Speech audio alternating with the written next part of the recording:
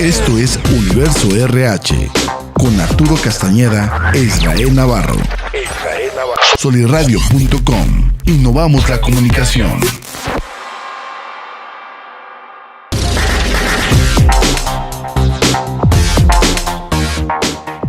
Bien, bienvenidos. ¿Cómo están a todos los híbridos digitales, como dice el buen Israel? Bienvenidos a su programa Universo RH. Nos da un gusto estar aquí de nuevo. Un agradecimiento a Solirradio, al buen Cristian en controles como siempre, que se encarga de que esto siga funcionando, siga al aire. Y vamos a cerrar con broche de oro nuestra serie de la estafeta generacional. Me da mucho gusto tener aquí a mi buen amigo, mi buen compañero y una persona que tiene mucha experiencia, abastero, tercera generación de abasteros, al buen Jaime Cruz González, quien el día de hoy nos va a hablar un poquito precisamente sobre el tema que hemos estado platicando, la estafeta generacional, el cambio que se tiene y cómo él ha ido evolucionando, y le tocó también recibir la estafeta de su padre, que la recibió de su abuelo. Jaime, bienvenido. Así es. Muchas gracias por la invitación, Arturo, Cristian. Se los agradezco y pues qué padre, qué bonita experiencia estar compartiendo ahí algunas vivencias, ¿no? A la orden. Muy bien, muchas gracias. Jaime, lo primero, las personas que nos están escuchando, que nos están viendo, ¿quién es Jaime Cruz? Bueno, pues yo soy Jaime Alberto Cruz González, tengo 51 años de edad, tengo una familia, tengo 3 hijos, una esposa, tengo 7 hermanos y actualmente nos dedicamos, tengo una empresa donde nos dedicamos a la compra y venta de frutas y verduras al mayoreo. Ok. ¿Cuál ha sido tu evolución?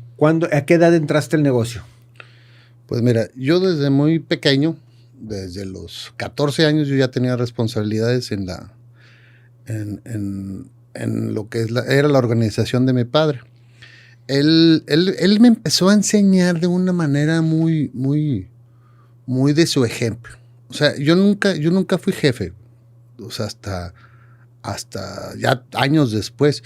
Desde que llegué yo, él empezó, me traía armando cajas de madera, me tenía reclavando, me puso a hacer el aseo, me ponía a hacer a barrer, me ponía a organizar las cajas.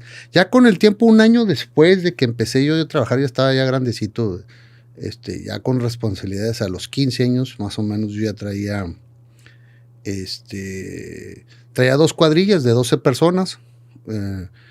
Comprábamos uvas aquí en la comarca lagunera, por ahí en Torreón, saliendo de la Ibero hacia el Escuadrón 201, ranchos, por ahí por Francisco y Madero, antes Chávez, había unos siguientes que se llama con puertas, Alamito y todo eso. Empezaba a comprar uvas.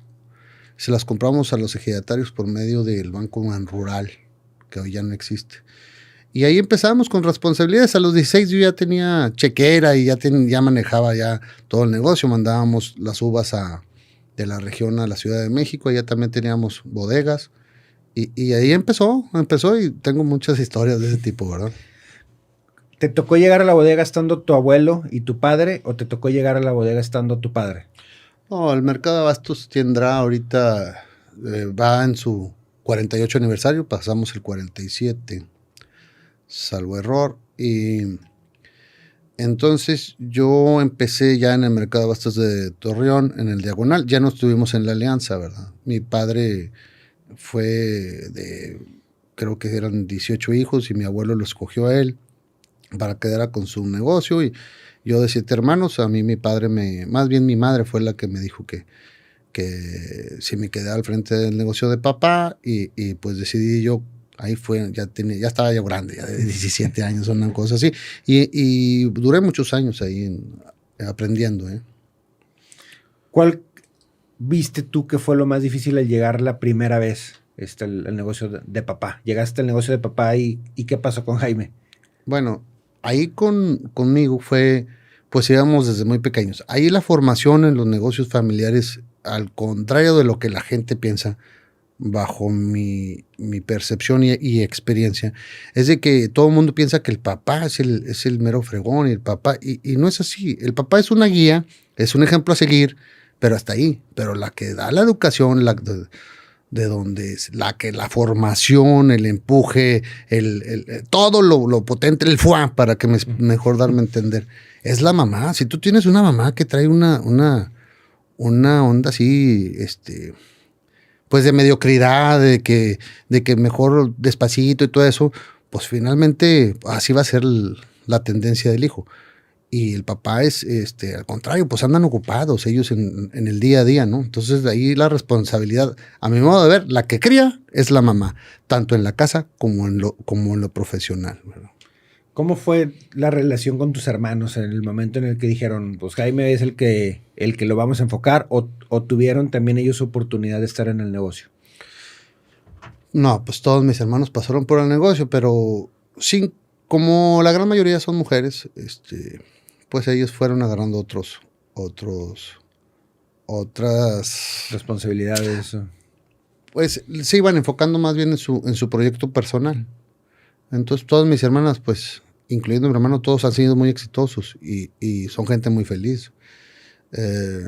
Varios de ellos se dedicaron, inclusive todavía hay un par que todavía se dedican ahí a la comercialización, pero otros en otras ciudades y así, ¿verdad? Cuando llega Jaime al imperio o al negocio, porque grande, chico, mediano, siempre llegar al negocio de la familia es gratificante. ¿Qué es lo que tú recuerdas que fue tu primer reto? Bueno, cuando estaba muy pequeño, por ahí de los 15, 16 años, ya mi papá, como te digo, fue un proceso. Empezó dándome responsabilidades desde lo más bajo. O sea, él me traía de chalán, ¿sí? Y de chalán de los chalanes.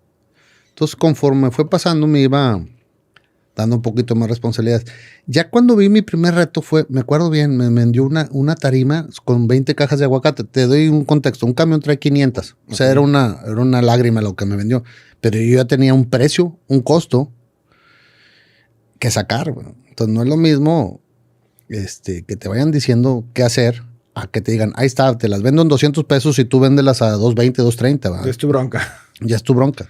Entonces, pues y ahí fue, me acuerdo muy bien. Y yo se las vendía, trataba de vendérselas solo a una persona. Era mi mundo, ¿verdad? Era Saúl, un cliente de unos ejidos que están ahí por Monterricillo y Villa Juárez, por ahí. ¿Y las vendiste?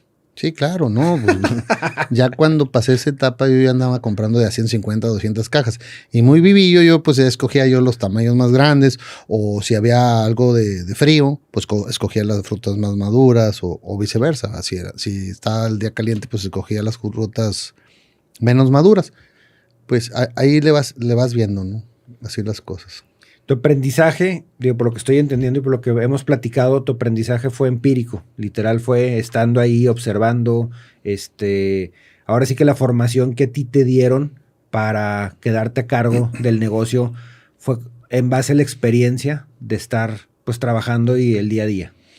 ¿Tú crees que eso es la mejor manera de poder educar a alguien en el negocio de la familia, o eres de los que considera que primero la escuela y luego el trabajo?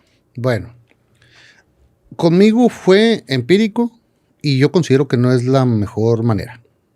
La mejor manera es hacer como tradicionalmente se hace. Estudiar, darle su tiempo al estudio, terminar tu primaria, terminar tu secundaria y empezar eventualmente a ir haciendo trabajos.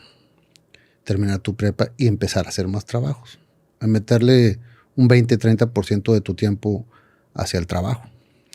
Ya en carrera, yo considero que ya debes de estar trabajando a la par. O sea, debes de trabajar y de estudiar a la vez. El estudio es la base principal. Porque todo su tiempo, Arturo. No es bueno tampoco que los jovencitos de 17, 18, 19 años traigan nada más dinero. Necesitan traer también los conocimientos que se aprenden en la escuela. ¿verdad? En la escuela te enseñan ciencias naturales, matemáticas, biología.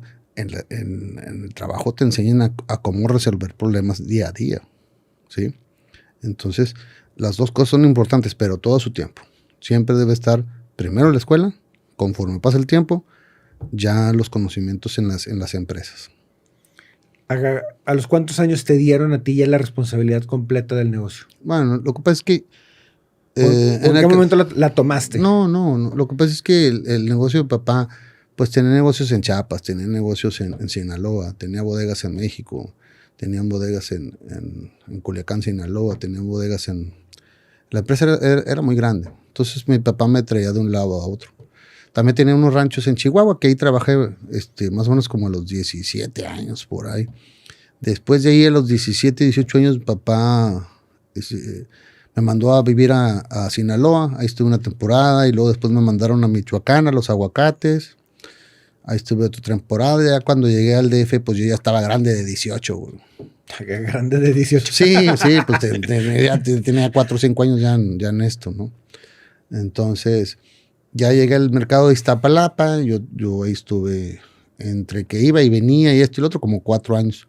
Mi principal escuela fue la Central de Abastos en Iztapalapa. Esa es, para mí, la mejor escuela después del ejemplo de mi padre.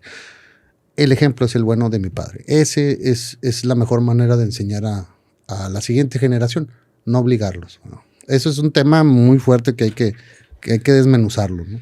Precisamente para allá iba, porque hemos estado platicando de cómo hacer el cambio, cómo hacer esa entrega de estafeta generacional de padres a hijos, pero también sobre la misma plática que hemos tenido y sobre los mismos temas que hemos tocado, viene el tema de qué haces o qué sucede cuando tus hijos o no son para el negocio o no están preparados o simplemente no les interesa. Bueno, empezamos ahí. Lo acabas de decir. En la pregunta estaba la respuesta. Los negocios de una generación no son necesariamente las necesidades o los objetivos de la siguiente generación. Entonces, ¿qué puedes hacer para que un hijo se quede con tu negocio? La principal es no obligarlo. Tú no puedes obligar a otra persona, aunque sea tu hijo, a hacer algo que no está en él. Entonces, ¿cuál sería la manera adecuada de entregar la estafeta a otro hijo? Primeramente hay que prepararlo, enseñarle, y empezar a resolver problemas. Te cuento. En las empresas, normalmente de cada 100 empleados, 20 son gente que te aporta, que te ayuda, que te da buenas ideas, que va con una intención de generar. El 30% son de detractores, ¿verdad? Son gente que nada más está... No. No, y buscan la manera y te dan un ejemplo y piedritas en el zapato y todo. El otro 50% pues son, yo les llamo mente en blanco, pero ¿cuál sería la palabra adecuada? Pues solo seguidores. Son seguidores. Entonces es un gran reto ser el patrón. Normalmente entre el 30% de los detractores y el 50% de seguidores, estamos hablando de un 80% de gente que hay que estarlos educando, empresarialmente hay que estarlos educando, tratando, pagarles bien, hay que estarlos enseñando, y aún así no es garantía.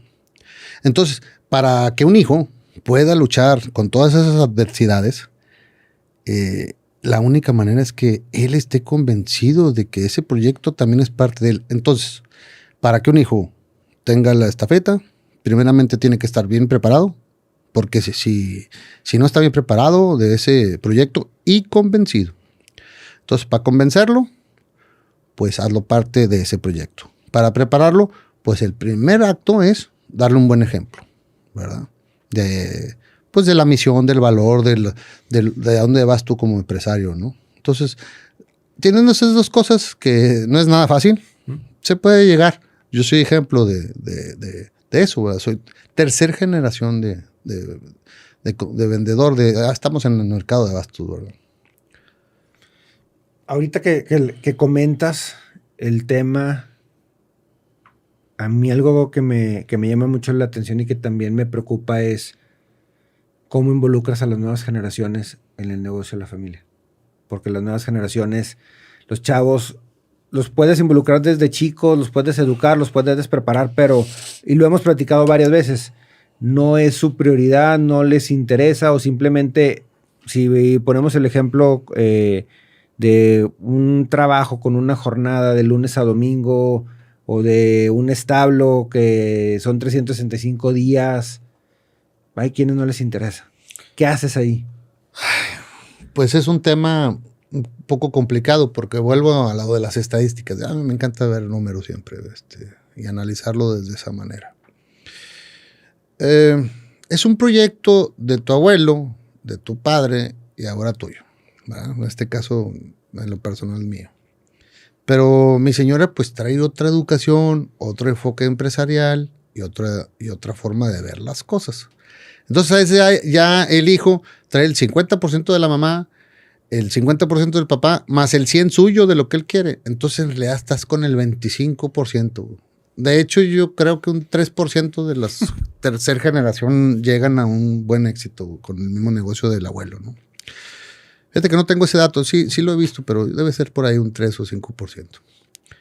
Pues prácticamente nada. Somos una especie en extinción los empresarios de tercera generación. Bueno, entonces, para la cuarta se pone todavía más complicado, mucho más complicado porque todavía en estos tiempos donde ya todo es digital y la información está a la mano y en un mundo donde te enseñan a estar haciendo castillos en el aire y estar bajo presión y las nuevas generaciones que no están bajo presión de ningún tipo y traen una onda así como que las nuevas generaciones, fíjate, te comento lo que yo he visto, traen, primeramente que nada, sí son más inteligentes que nosotros y sí son más astutos, pero tienen un gran detalle hacia lo negativo, de que ellos saben hasta dónde, cómo, cuándo y hasta ahí me esfuerzo. Entonces, en ese tipo de situaciones, pues la realidad es que no la están haciendo, güey. No traen carro, güey. No tienen un departamento, tienen 25, 26 años, 27 y no han tenido, la gran mayoría, una propiedad. No tienen activos, Arturo. Entonces, ¿cómo les haces entender que hay que dar un 100%? Si con el 60 o 50 de su capacidad, pues la hacen, ¿verdad? A ver si dieran el 100. Sí, porque sí son una generación muy inteligente, muy astuta y traen una onda muy, muy padre, ¿va? Pero sí esa onda de que yo sé hasta dónde, cómo y cuándo, siendo que son nuevos, pues no. Deben de dejar, como yo digo coloquialmente, si se dejaran guiar. Entonces, sí, eso le recomendaría yo a las generaciones nuevas que se acerquen un poquito también a las experiencias de los grandes y las adecúen a ellos mismos para que dejaran de vivir un poquito en la mediocridad. Sí, exactamente eso es. Yo considero que las nuevas generaciones, como bien lo dijiste, se pueden dejar guiar, aprender y ahora sí poder esas bases o ese fundamento que ya conocieron, que ya entienden, ahora sí aplicarle su experiencia. Porque coincido contigo, creo que son más inteligentes, creo que tienen todavía más herramientas para salir adelante y creo que ellos pueden verdaderamente lograr trabajar poco y ganar mucho, de una manera efectiva y de una manera en la que funcione. Pero aquí una cosa que también veo, y ahora nos vamos al otro lado, ¿qué pasa también en el momento de los trabajadores, nuevas generaciones? ¿Qué tanto ves tú el batallar también? O sea, el cambio que has visto de hace 15, 20 años a la fecha, también en el tema de los empleados. Mira, todos los extremos son malos. Sí.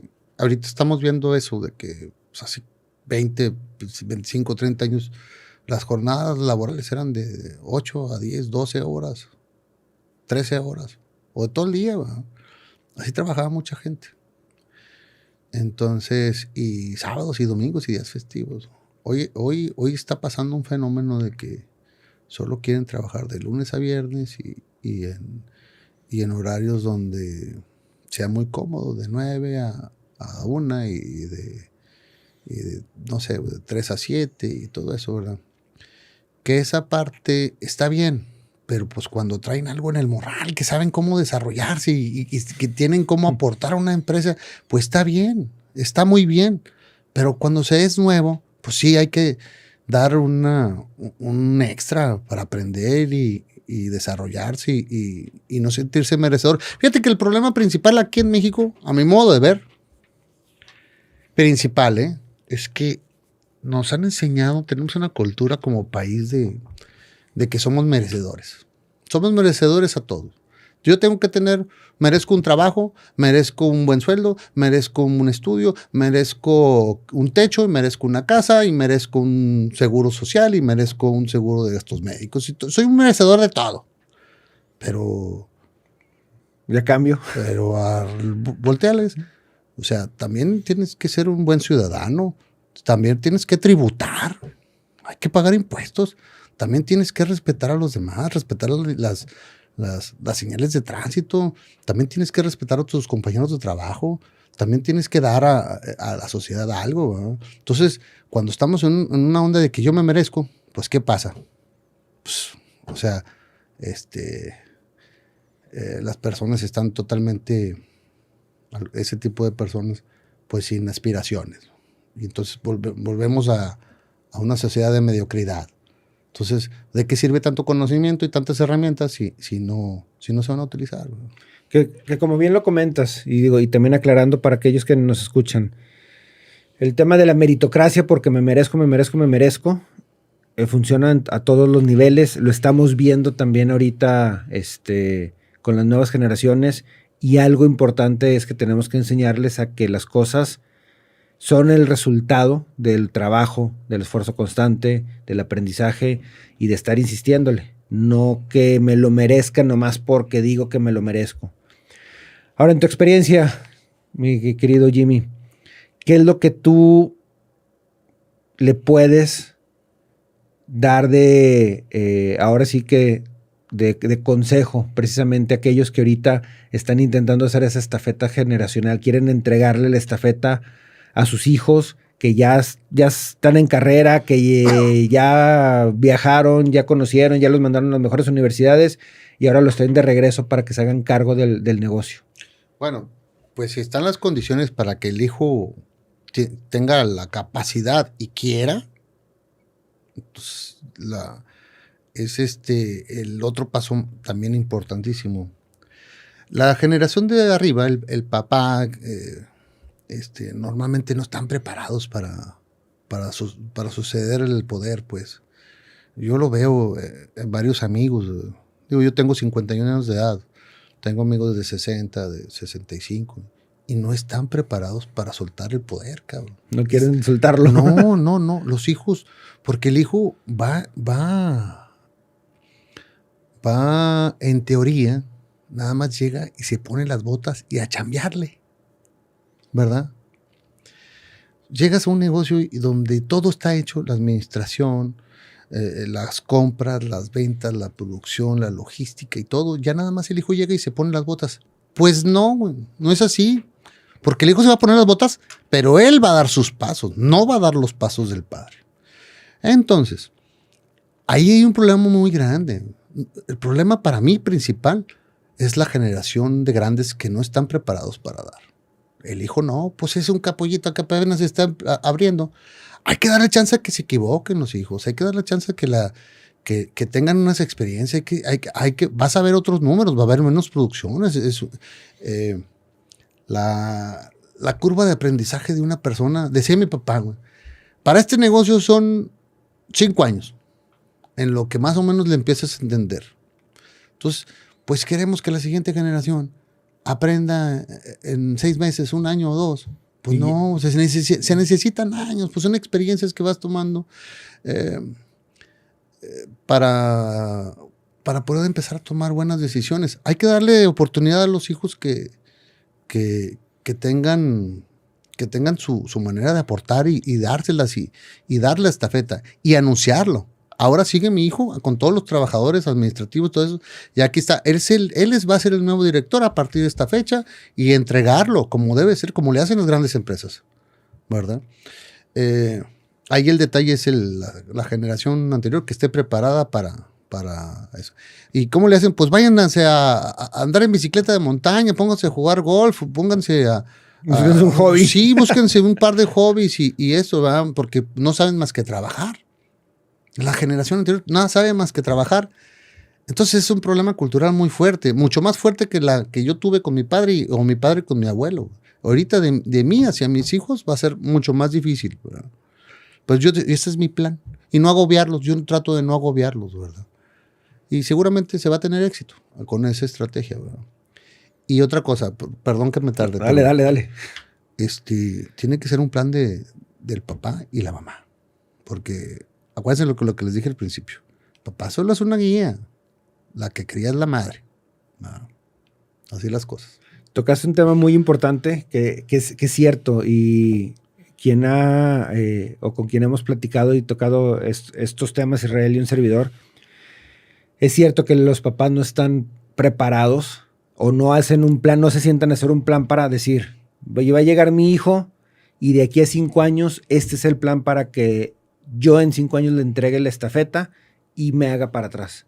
Generalmente los papás, como bien lo dijiste ahorita, no están preparados, llegan, pues empieza haciendo esto y esto y esto y esto, pero no sueltan y conforme el papá se va haciendo más viejo y va llegando a edades todavía más longevas, menos paciencia, menos ganas, menos interés en muchas cosas, pero no suelta el poder y no permite que el hijo despegue. Y creo que eso es importante, tener el plan de salida de uno, ahora sí, para poder entregar al hijo la estafeta y decir, hasta aquí yo te ayudé, o hasta aquí te guié, o hasta aquí estuve contigo. De aquí en adelante, si necesitas algo, me avisas, soy un consultor, pero como bien lo dijiste, ahí estoy jugando golf o ya estoy dedicado a otras cosas para poder disfrutar mi retiro. Así es. ¿Qué es lo que hace que no piensen en retiro? Lo que pasa es que cuando tú creas algo, lo creas, lo ves nacer, lo vas cuidando, lo vas viendo madurar, lo vas viendo cómo se desarrolla, pues es muy difícil desprenderse. Es muy difícil desprenderse porque el poder más fuerte de esta tierra es el poder de pertenencia, güey. Cuando tú tienes un poder de pertenencia en algo, en tu familia, o en tu negocio, o en tu hobby, o en tu día a día, pues ese poder está muy, muy difícil quitárselo de encima, ¿no? Entonces, es muy difícil, es más difícil para el que está entregar, que para el que está recibiendo, porque pues el que está recibiendo va a algo que no conoce. Entonces, está ávido, está con la emoción de que ya me toca. Está más fácil ponerse las botas. Y pues ya una vez que entregas, hay que darles quebrada de que ellos empiecen a tener su propio estilo y cómo van a hacer las cosas. No es necesario hacerlo como la anterior generación. Entonces es por eso, güey. Es el sentido de pertenencia.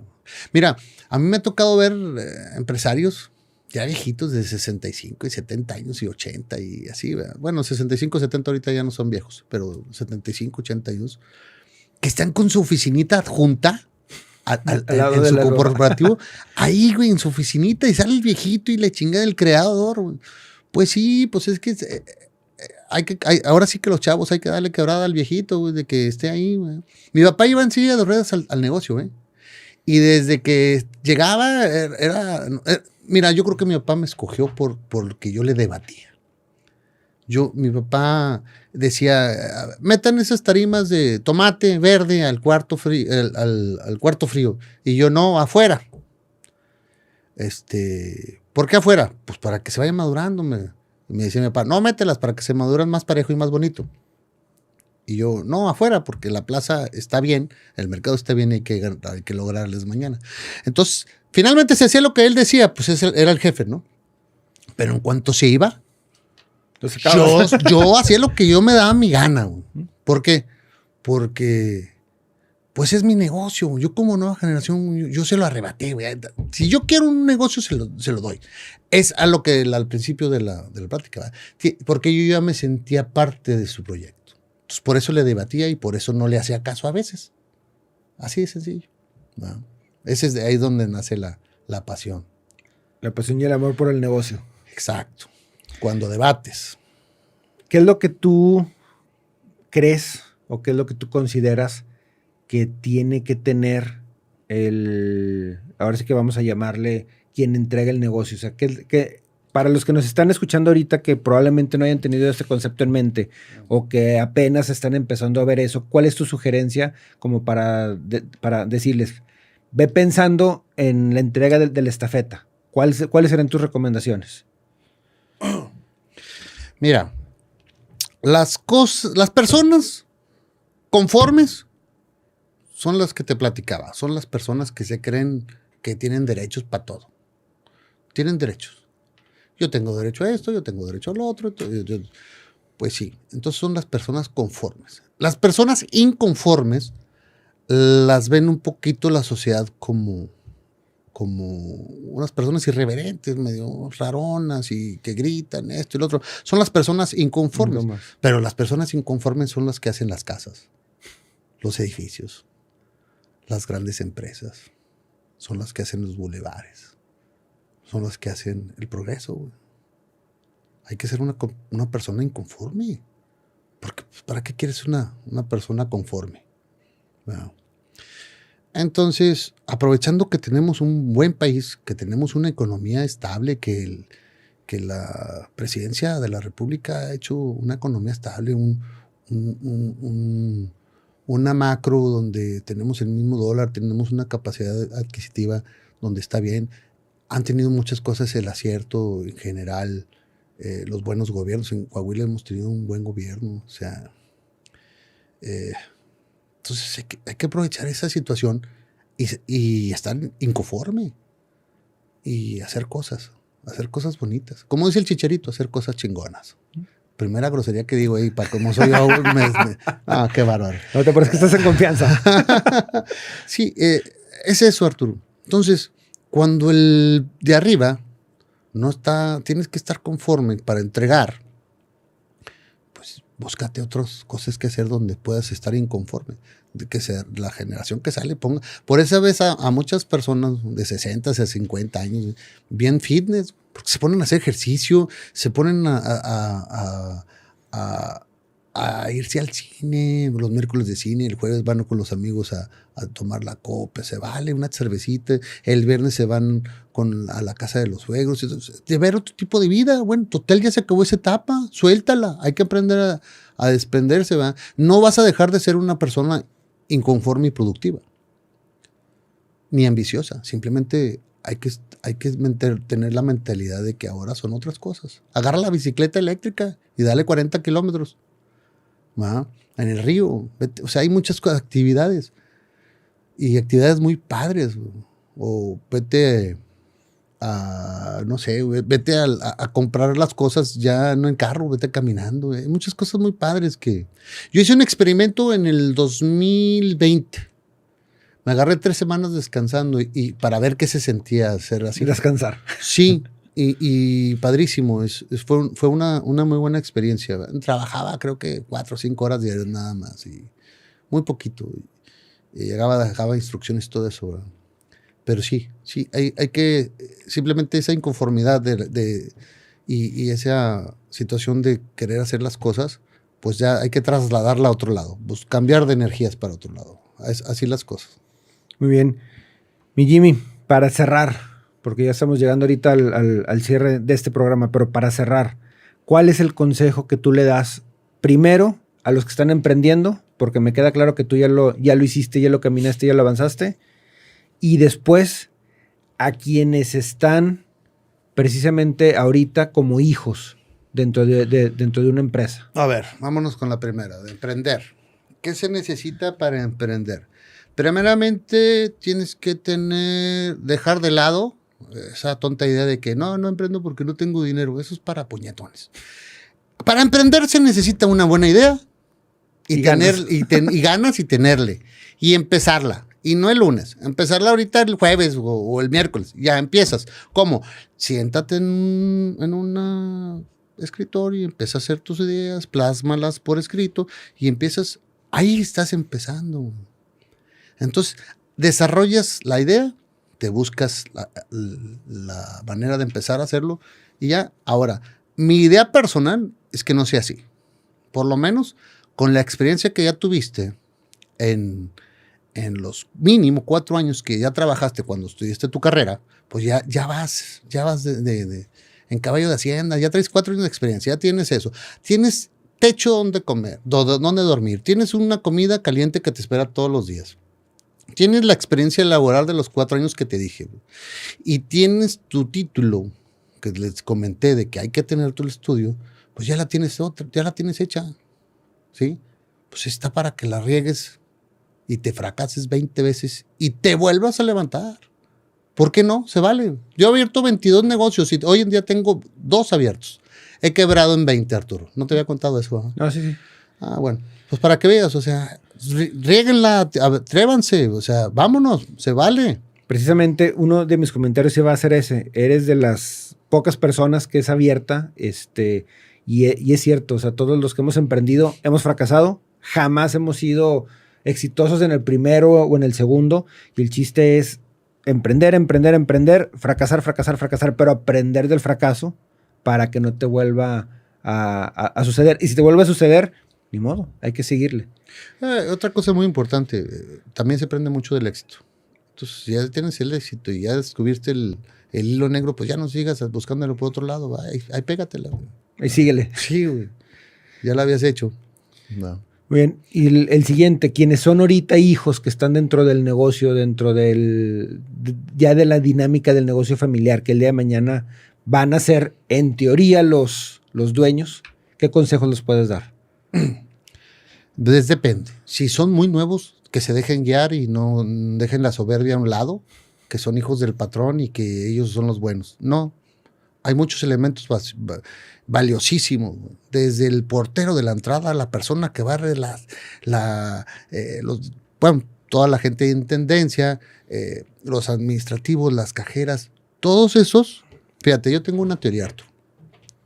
Mis vendedores son más buenos que yo para vender. Mis contadores son más buenos que yo para contabilidad. Las personas de entradas y salidas de mercancía son buenísimos los que tengo y a veces que me pongo en su puesto que porque faltaron y todo eso. Y caray, los valoran uno mucho. Las cajeras, ¿verdad? Cómo cobran una cantidad de tickets una tras otra y no se equivocan. La astucia de los vendedores para ver ventas, estar formando ventas para otros días, otras semanas y estrategias de venta y eso. Entonces, déjense guiar cuando son nuevos. Cuando ya tienen experiencia y todo eso, impónganse. Defiendan sus ideas. Cuando ya saben que le saben al negocio, arriésguense y cuiden sus ideas y échenle ganas. Se vale pisar callos, se vale que se incomoden, se vale pelear, se vale negociar. Se vale. No hay que ser totalmente agachados. ¿Verdad? Entonces, estamos hablando de gente que va a ser una emprendedora. Son los que van a dirigir el país. Entonces, necesita gente inconforme y con carácter. ¿verdad? Que pasó por un proceso de aprendizaje, ¿verdad? Como te he platicado durante toda la plática. Valga la redundancia. Muy bien, muy bien. Jimmy, muchas gracias por haber estado aquí, por compartirnos tu experiencia. Cerramos con este invitado de lujo nuestra serie precisamente de la estafeta generacional. Y algo muy importante también es el tema que no se nos olvide, que los hijos hay que dejarlos ser, hay que entenderlos, hay que guiarlos. Sobre todo si queremos que estén dentro del negocio. Ahorita Jaime lo dijo 1000 veces, el tema de precisamente vamos a formarles un plan de carrera para que ellos decidan caminarlo. O la otra es entender que probablemente ellos digan, no, esto no es para mí y no pasa nada. Siempre habrá buenos elementos que podrán precisamente entrar en nuestras organizaciones y hacerla que siga trascendiendo. Pero bueno, mi Cristian, muchas gracias en los controles, a Sol y Radio. Ya saben, aquí la casa del podcast. Muchas gracias y nos seguimos viendo en su programa Universo RH. Y como dice el buen Isra, que pronto regresará. ¡Ánimo! Libertad en comunicación. Sunirradio.com. Suscríbete en Spotify.